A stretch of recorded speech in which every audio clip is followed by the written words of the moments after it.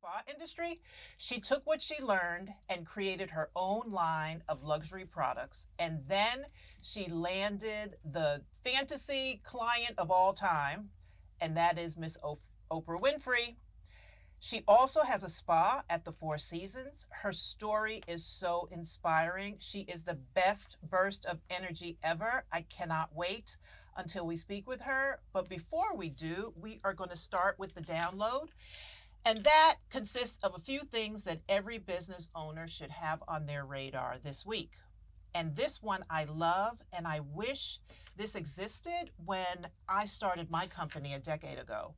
And that is that micro factories there are so many now, and it's changing the game for small businesses. The emergence of micro factories is just so important, and I'm going to explain why this is great. If this applies to your company, why this will be so beneficial for you. So first of all, as we know, one of the challenges for a small business, especially if they are abroad, the biggest barrier of entry is the cost to manufacture. And that's because when you manufacture abroad, there's something called the MOQ, which is the minimum order quantity. And those numbers are usually large. And when you are a small business, that is really tough. So it's multi-layered. So you have to outlay a lot of cash for the order. Then there's the weight. And then there's the storage and the shipping fee. So now what a microfactory will do, and this is because of automation, 3D printing, advanced cutting, and sewing machines, you can produce small runs so much more quickly. And it will allow you to do market research, order on demand. So if your forecasting is good, a lot of these factories will do 10, 50. And so if you have multiple colors, what that allows you to do, or multiple styles, multiple products, what that will allow you to do is you can test. So let's say you have 3 colors. If one is selling really great and one is not, you know in the next order that you don't have to order that one.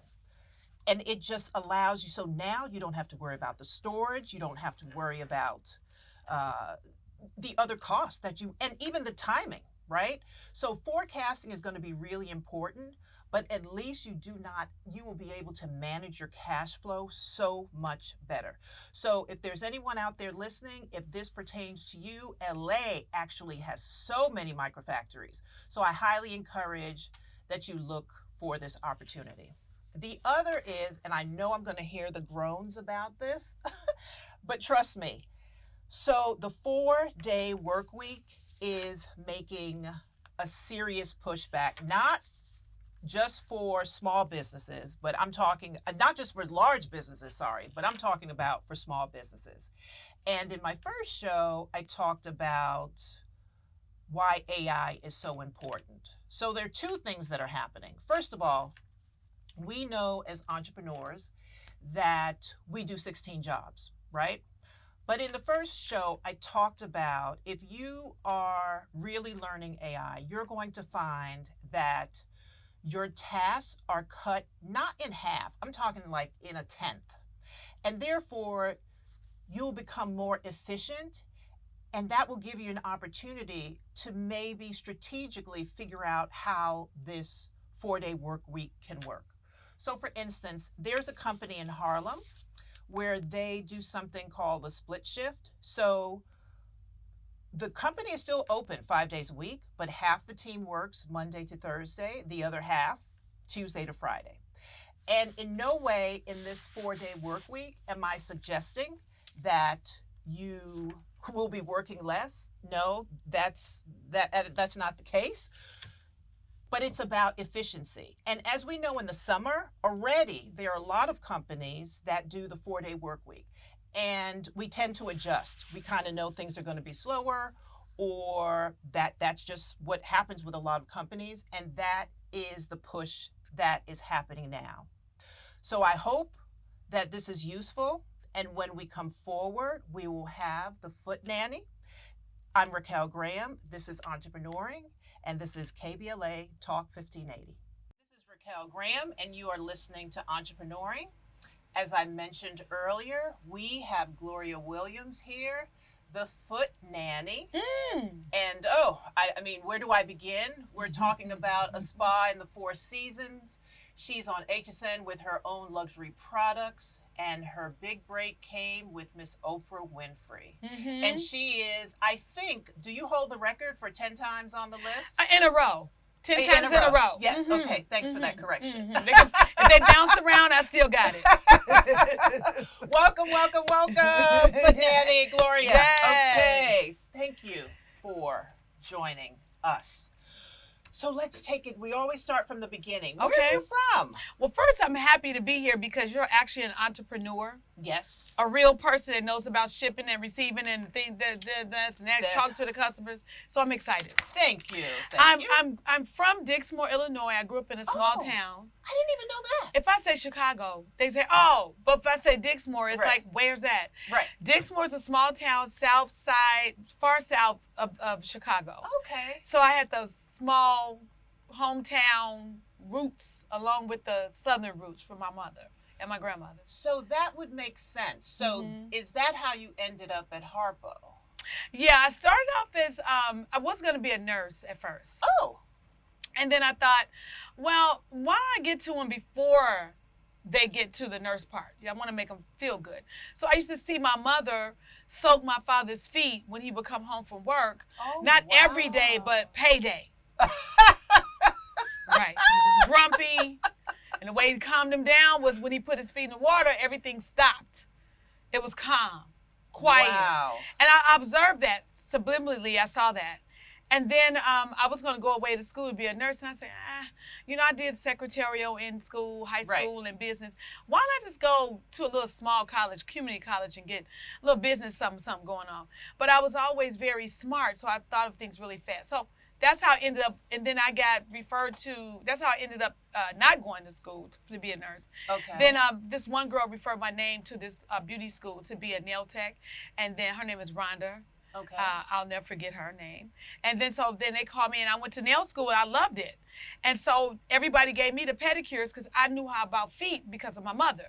Right. So I was booked and busy in the nail school with the feet. Right. And I remember one client didn't have any toenails, and that really got me. I was like, wow.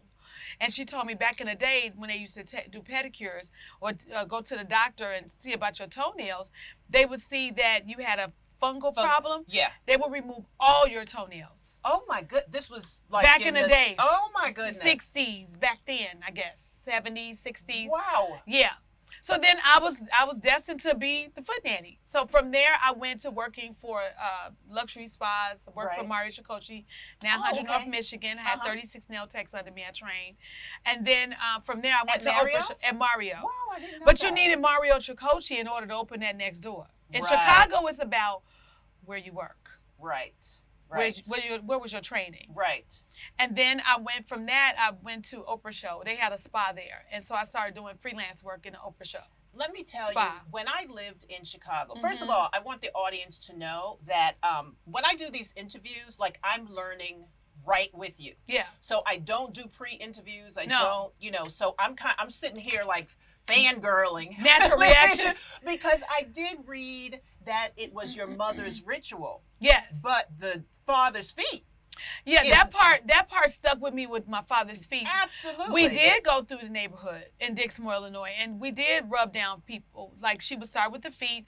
I would sit next to her. She would say, mimic me, and she would leave me rubbing the feet. Right. And I automatically see how people would feel better, like, oh. Right. And then she would go and rub their backs. Because remember when COVID happened and all the people were passing away, God rest their souls? Yeah. But Italy was the first country that actually turned them over on their stomach. Right. Because the lungs are in the back. Right. People think the lungs are here because it's in the front. Yeah. But to cure them and make you feel better, it's in the back. Ah. Mm-hmm. I remember living in Chicago, and when I first moved there, and because I'm from New York, Brooklyn, right? Mm-hmm. What was so culturally different for me was that, in New York, you can get on every block a manicure. You could just say, forget quality, but every block for like $20. It was there. And you might be able to get manicure and pedicure for $25. That does not exist in Chicago. Like you're paying real. Yeah, you want the real nail tech. Yeah, you're paying real money, and that cheap market is it is not there. And having grown up in New York all my life, I was like, what? This is the first market that I actually paid like real money for. Chicago wanted the best. So how did we end up at Harper? So I worked at Mario Tricoci, which was great on your resume. And I was a manager too over the nail department, and I was actually doing nails too. So when it took me about 2 years to get in there. I tried, and finally I got an interview, and they said, we want you to come in 1 day a week. So I started working 1 day a week for 3 years before Oprah even walked in. So when people think it's really easy, she just got it. No, I done did all the work. Right. Well, no social media, so I can show them the journey. Right. She went on. There's always that. I mean, and even with social media, there's still so many highlights and not really the grind, the tears, the fetal position, the anxiety, panic attacks. Right, because I actually did her glam squad for years before I even touched her. So my calculations in my head were working like, well, I'm doing the glam squad. Right. Maybe one day she'll get to feel my pedicure. Love the glam squad. All y'all listen. Love y'all, but y'all knew y'all was holding me back from her. Because they knew if we tell her about she'll take her from us. No more for them. But it wasn't like that. Right. No, I just escalated my life. It just went, Tell me the first time it happened.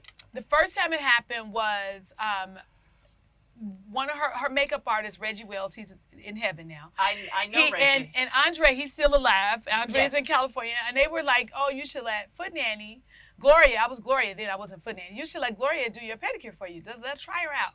And so my expertise is to make your feet look like a baby's feet. So if you have callus, if you have any kind of problems, dryness, I'll take you to see Jesus. That's what I do. That's what I do. And so one day she just called down and said, I want to try Gloria.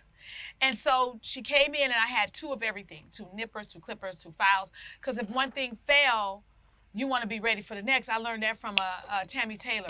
She's still doing her thing too. What do you call it? The UV, was that a thing back then? Gel lights, no. No, gel lights. The sanitation. Sanitation. I can't remember. Yeah, we still was sanitizing. But it was more like soaking, right? Yeah, not soaking the UV and cleansing. Yeah, you still wash the tools, all that. But for her, I had brand new. Okay. I was already ready. Okay. So she comes in and she got done, and she was trying to guide the pedicure a little bit with her foot. And I was like, and I just took a deep breath. So I got this. Because, Mario Tricoci prepared me for celebrities because I handled all of the lead. I was the lead, so I handled all the celebrities. Anybody who came in, Jay-Z, Jada Pinkett, we went to them and did them, all that. So anyway, that was it. And so when I finished, she was like, oh, my God. And I'm really big on presentation.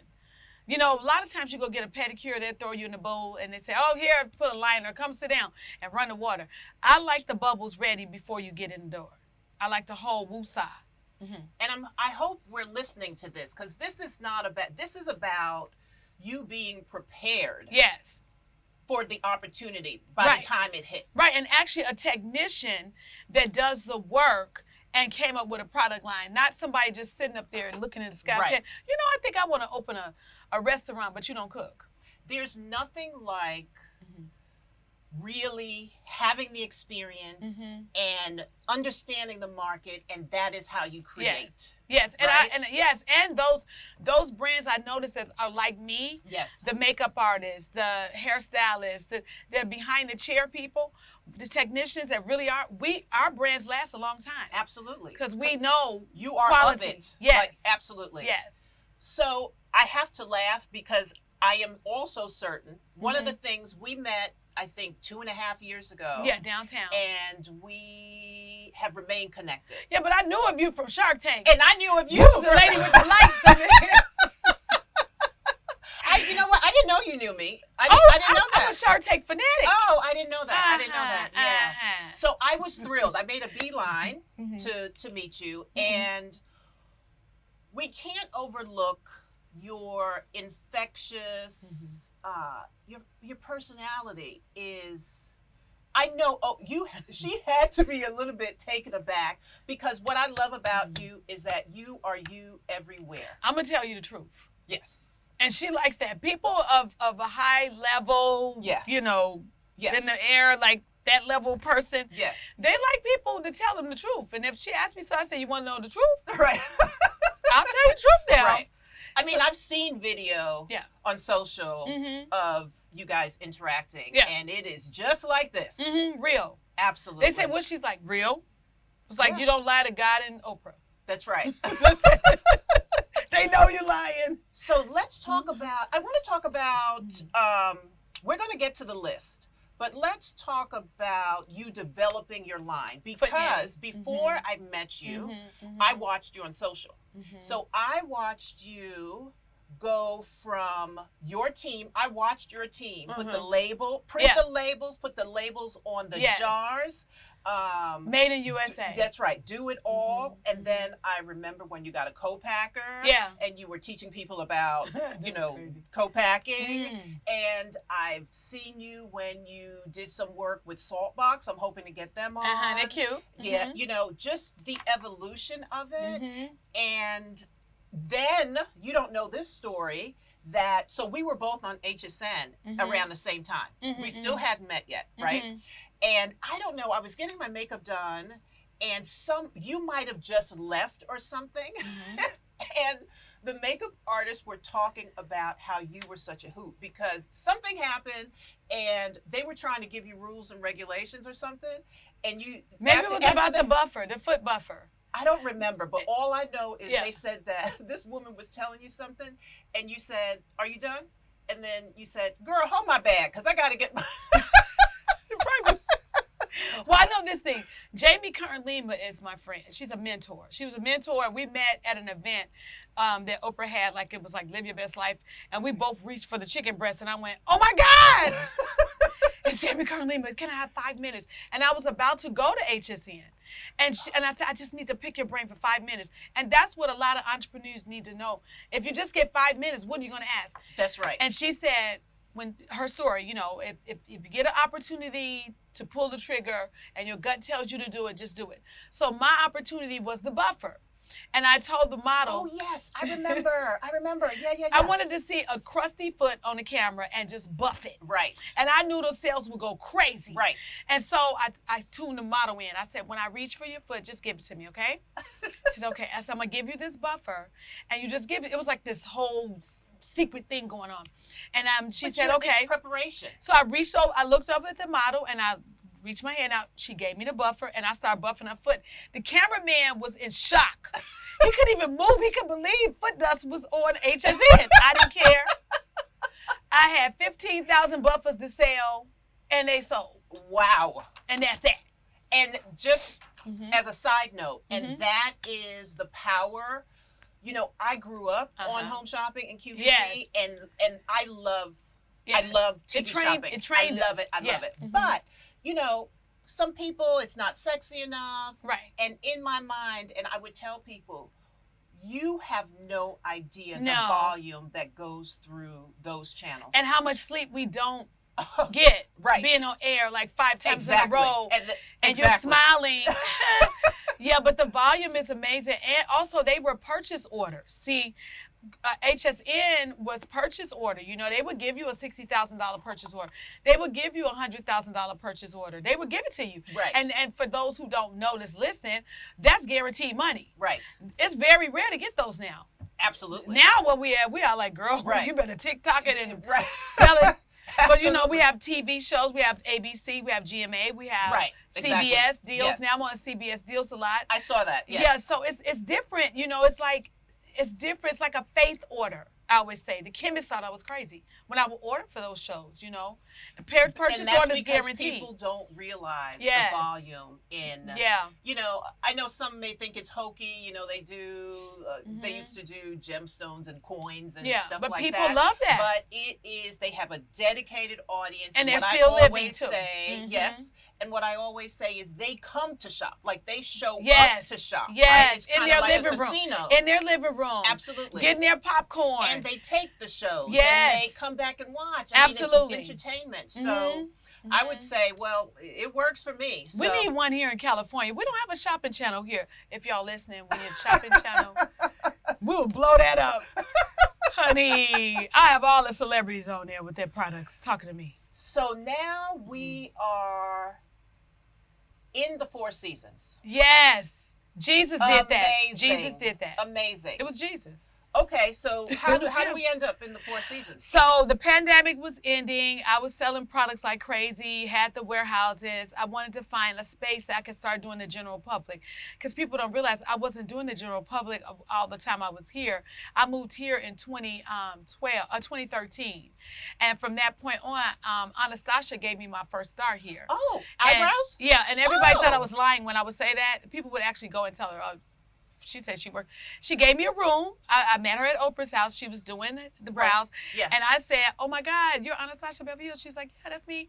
And I was like, oh, I would love to come work for you. And she's like, oh, look me up. I don't know if she really thought I was going to look her up, but I did. Right. So I looked her up. Right. And she gave me a room. And I ended up working in one of her little rooms that she had on Beverly Hills. For those that don't know, Anastasia is like the premier eyebrow pioneer, blah, blah, blah, all of that. Yeah, she was Oprah's eyebrow artist. Okay. And still does her. And so hold that story. When we come forward, more with Gloria. I can't wait to tell you what you do when you get the endorsement. I'm ready for that. This is Raquel, and this is Entrepreneuring on KBLA Talk 1580. This is Raquel Graham, and you are listening to Entrepreneuring, and we are here with the Foot Nanny, Gloria Williams. Okay, so let's start. We ended with the Lord did it. Jesus did it. That's right. Okay, let's talk about it. So I have a business background as far as, growing up, and my mom had a candy store, learning all about, money and all that. And then in school, high school, the college, 2 years I did. So I also have a discernment to know when something's going wrong, right? Okay. Just to bring more context, we're talking about you ending up at Rodeo Drive. No, we were talking about the Four Seasons. Yeah, so but prior to that, I was on Rodeo Drive. Okay. I found a space, wonderful space. Oh my God, I made it. Foot Nanny's on Rodeo Drive. Clients booking. It was right after COVID was somewhat clear. And I noticed I was booked and busy, right? Then all of a sudden I noticed a shift started happening. Nobody was booking. I said, what is going on? Something's wrong. Oh my God. So then I looked up, and it was the movie industry and the TV industry was dying down for some reason. There were a lot of cuts. I had people from Netflix. I had people from Disney. I had clients from, Hulu, everywhere. And then all of a sudden this shift happened, and I started feeling it. And I said, if I keep this up, I'm gonna run out of cash in a few months. I got to do something. So I started thinking, why don't I go back to the way I was in Chicago? Why don't I go back to working inside of a hotel setting? Okay. I need the Four Seasons. I used to work at 900 North Michigan. We did all the Four Seasons guests in that building. I need to be in a hotel so now I can survive whatever this is that's about to happen, because I needed to have clients all around me every day. And so I prayed. A lady came in my door like a month after I prayed. This one African-American lady came in. She said, hi, how you doing? Me and my friend, we want to open a Medi Spa. Do you like having your business here? I said, oh, yeah, I love it. She said, well, we're on a wait list. I had no idea it was a wait list for that building, for the Rodeo Drive. Because I had to figure out a way to get out of that lease and get to something bigger. Right. So she says, well, I'm on a wait list. I'm like, what? So I did some research. Her broker was the broker over the building who told me, yeah, my client wants to take your space now if you want to give it up. She wants a 10-year lease, and she has 4 months up front. I'm like, oh, my God, in the name of Jesus, what? Right. My lawyer was screaming, take the deal. I'm like, oh, my God, well, where am I go? He said, Google it. You Google everything else, Google. Right. So I Googled hotels with retail space, and the Four Seasons popped up. Wow. And then I had to negotiate between Rodeo space and the Four Seasons. I had to use my leverage. It wasn't like, oh, I just walked in. Sure. I said, well, if your client wants my space, because I had no idea my space was deemed medical Zone Medical. It was a podiatrist there before me. Oh. So we really need to learn business before we jump out there and research where we are. I didn't know that. Right. So that building, that section I was in was zoned for medical, and she wanted a medical facility, right? Right. So I said, give me the Four Seasons, and I'll give up my space. Oh. People didn't know. You the first person to answer me. Yes. And so she negotiated. She said, well, that doesn't have anything. I said, give me that. Right. And I'll give you this. Right. So she went in on with the broker that was over the Four Seasons space, and they negotiated, and they got me the deal. And so I love it. Yeah. And so I had some investors, and then I went in and did it. What I know about you, Gloria, Mm-hmm. and this is just from watching Mm-hmm. on social media, Mm-hmm. you do not wait. You No. are as proactive as they come. Yes, And I you feel will it. make an opportunity. I feel it. One thing people don't know, I study metaphysics too. Oh. Deep meditation. I am a Baptist. I'm a Christian. Yes. But I needed to know what prayer was like. What was that to make it feel like it's done? And so when I pray, I say, that's it. It's done. Let me get ready. Right. But that one, it came out of left field. I did not know he was going to answer. I knew he answered prayers, Right. but that fast, woo! That was Wow. amazing. And I went in, and I started doing services there. So I'm you still mentioned- pinching myself. Yes. It I'm looks in the Four phenomenal. Seasons. Oprah said, you in the Four Seasons? What? And people need to know, when I get an investor, I don't get an investor that gives me millions of dollars. Right. I get an This investor. is my next. This Just is a give me a perfect little lead-in. leg up. Just Right. help us out. Just Right. give me a little leg up, Right. and I'll make it. I'm just not. for the start. to Yeah. get- Yes. Yes. People be like $5 million. Oh Right. my God, no. So Can you let's just- talk about your approach to.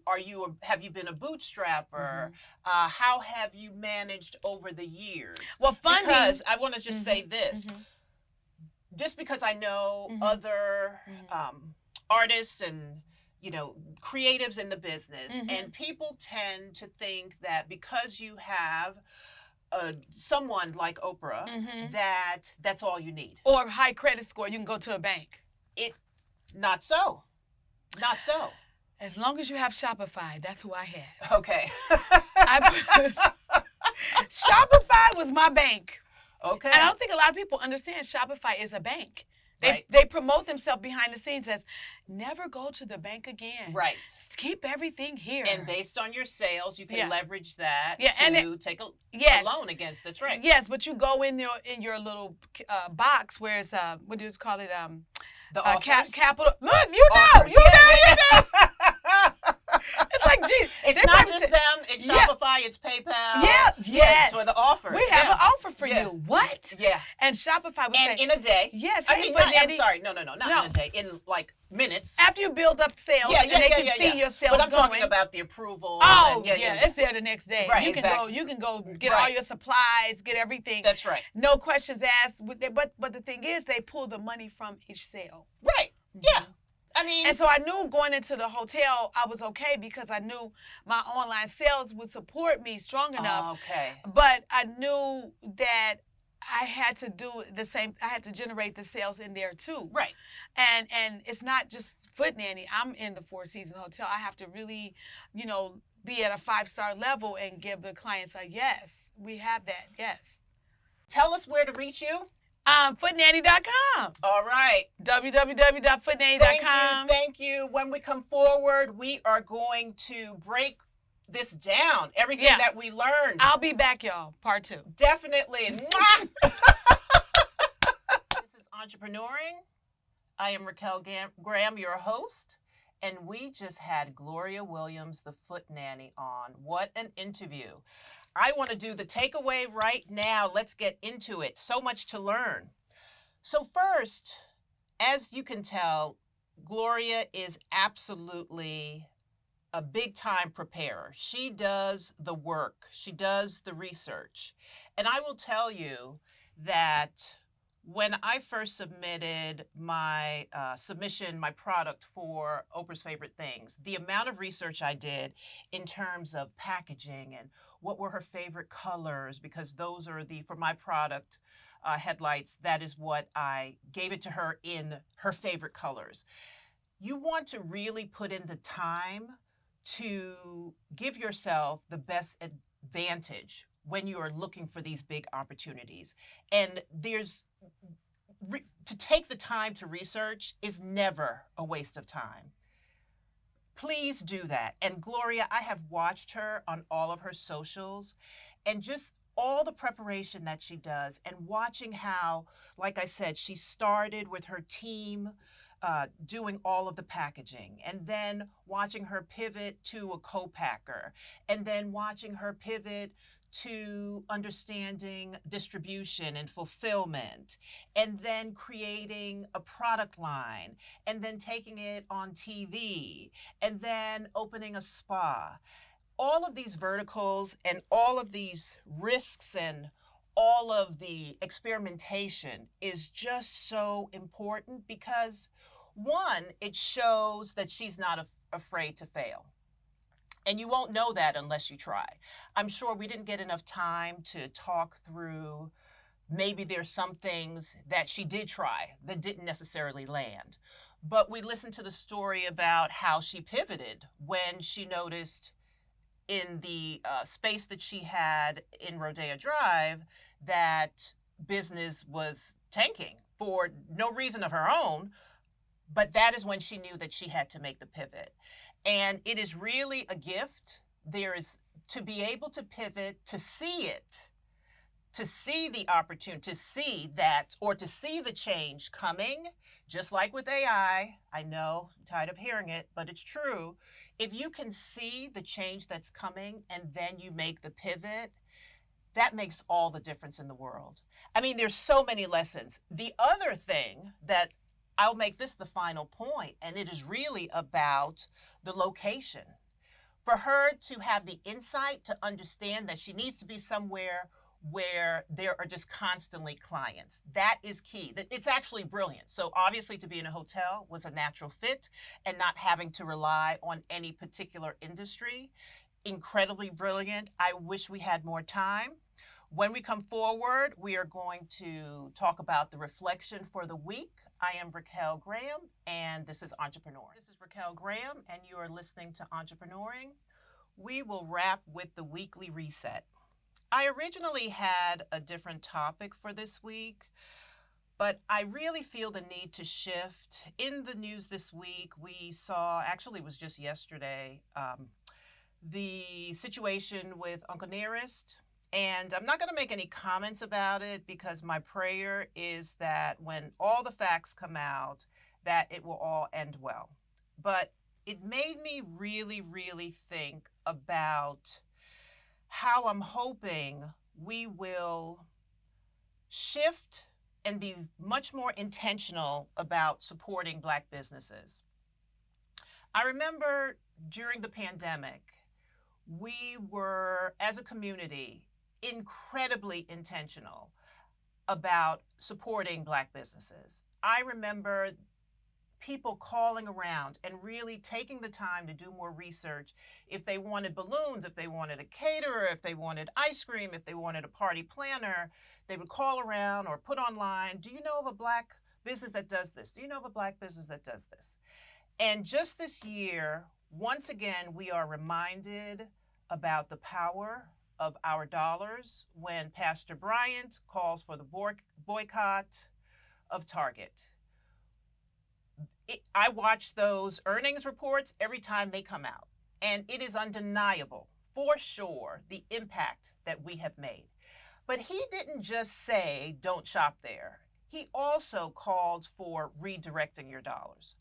So I'm asking that we consider being intentional and making it a part of our lifestyle.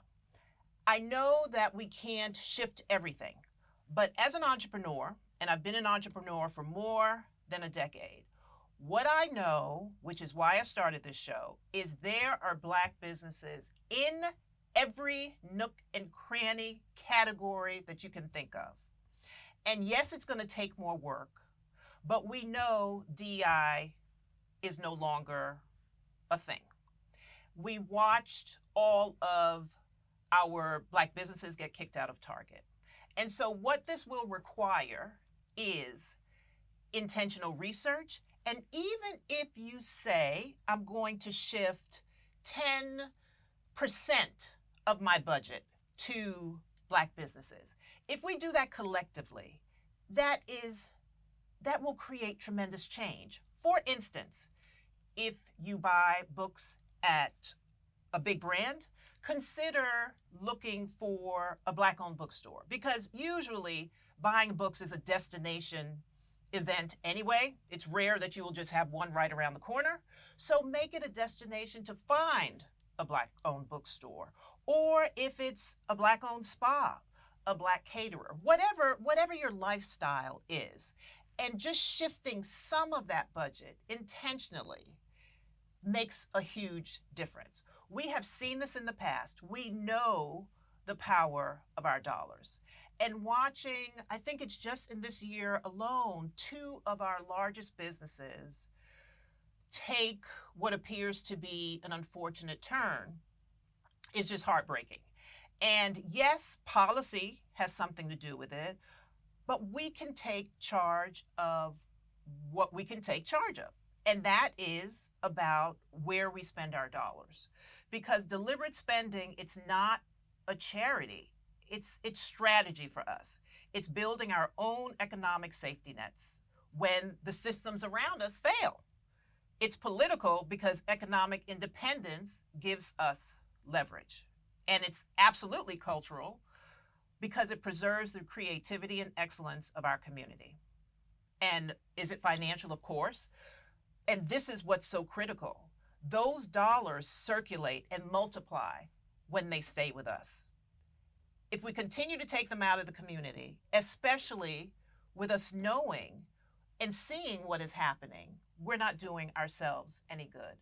I remember watching, the first time I watched a documentary on the Montgomery bus boycott, and it wasn't until toward the end that the fact was dropped that it was 381 days, which continues to blow my mind, that people walked for 381 days and were so committed until change happened. And we now have the internet. If we can research and support one another, we can make a huge difference, and that is what we know that we can control. Keep going, keep growing. This is Raquel Graham, KBLA Talk 1580. This is Entrepreneuring, and Cafe Mocha is up next. See you next